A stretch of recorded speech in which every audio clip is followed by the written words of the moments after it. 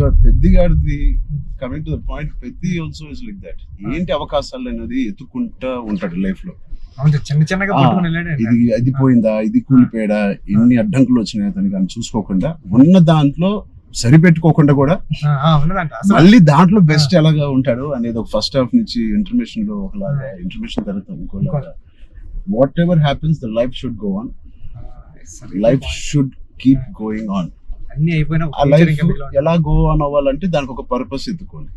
ఆ పర్పస్ నేను చెప్పినట్టు చిన్న చిన్నగా ఉండొచ్చు, పెద్ద పెద్ద ఉండొచ్చు. నేనే అనుకున్నాను చాలా బాగా మాట్లాడారు. నాకేం నచ్చిందంటే పెద్ద అనే ఫిల్మ్ లో నువ్వు అన్అడల్టరేటెడ్ గా, అంటే ఏవి కమర్షియల్స్ గా ఆలోచించడం కానీ, ఫ్యాన్స్ పరంగా కానీ ఏ ఉద్దేశం లేకుండా ఆ కథకి ఏది న్యాయం అదే నువ్వు రాసావు, అదే నాకు చెప్పావు. అక్కడ నీ నిజాయితీ నాకు ఫస్ట్ నచ్చింది. ఆ క్యారెక్టర్ లో ఉన్న నిజాయితీ నచ్చింది, పెద్దిగాడి క్యారెక్టర్ లో ఉన్న నిజాయితీ నాకు నచ్చింది. దాని తర్వాత ఏదేమైనా లైఫ్ లో ముందుకు సాగుతూ వెళ్ళాలి అనే point is the biggest point of Peddi.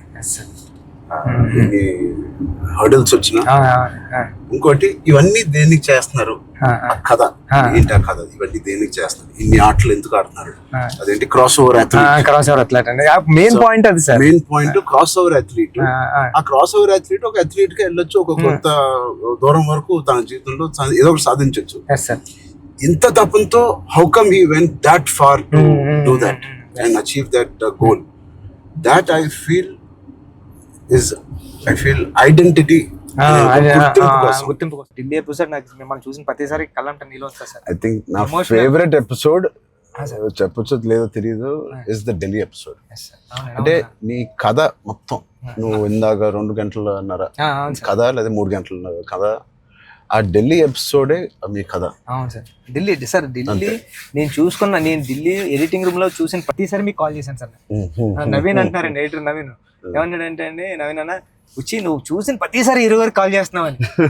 అంటే దాంట్లో ఫ్రేమ్ తీసి కట్ చేద్దామన్నా సరే నాకు భయం వేసి ఇది తీద్దామా లేకపోతే ఇది ఒక్కటే తీసేద్దామా అంటే, నువ్వు ఒకసారి గుర్తుపెట్టుకో, ఈ విజువల్ చూసిన ప్రతిసారి నువ్వు రామ్ చరణ్ సార్ కాల్ చేసావు, నువ్వు ఎలా చేస్తావు ఇది అంటే అవునా అయితే తీనని మళ్ళీ దాన్ని హోల్డ్ చేసి దాని బిఫోర్ ఎక్కడైనా కట్ చేశాను కానీ ఢిల్లీ కట్ చేయలేదు సార్.